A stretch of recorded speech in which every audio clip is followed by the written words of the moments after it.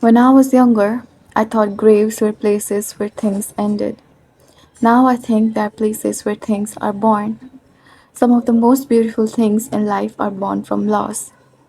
Flowers grow in graves too. And I think that's the cruelest metaphor I've ever heard. Because it means that beauty does not wait for pain to leave, it grows right beside it. The confidence you have now may have grown from humiliation. Your kindness may have grown from loneliness. Your wisdom may have grown from heartbreak. The strongest parts of you are often rooted in the things that almost destroyed you. Isn't that heartbreaking? To realize the person you've become was built from ruins, that your most beautiful qualities were paid for by your suffering. I've always found it strange that people visit graves with flowers, as if beauty and loss belong together, as if humans have always understood something they're unable to explain, that love does not end where life does, that grief is simply love with nowhere left to go.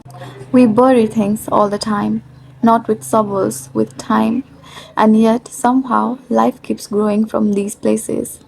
Grief is strange, it doesn't ask for permission to become a part of you. One day you're mourning something, years later you realize that it has shaped the way you love, the way you speak, the way you see the world. The grave remains, but so do the flowers. That's what nobody tells you. You do not heal by erasing pain, you heal by growing around it. The scar doesn't leave, your life simply becomes bigger than the wound. And maybe that's why I find flowers so heartbreaking, because they bloom without asking whether the ground beneath them has suffered. They do not care if they are rooted in gardens or graveyards, they grow anyway. I wish humans were better at that. We're always waiting for perfect conditions, waiting until we're no longer afraid, waiting until we're completely healed, waiting until the sadness leaves. But flowers don't wait. They bloom while storms still exist. They bloom even in the brutal winter. They bloom above things that have ended. And maybe that's the lesson. Maybe beauty was never the opposite of pain. Maybe beauty is what pain becomes when enough time passes.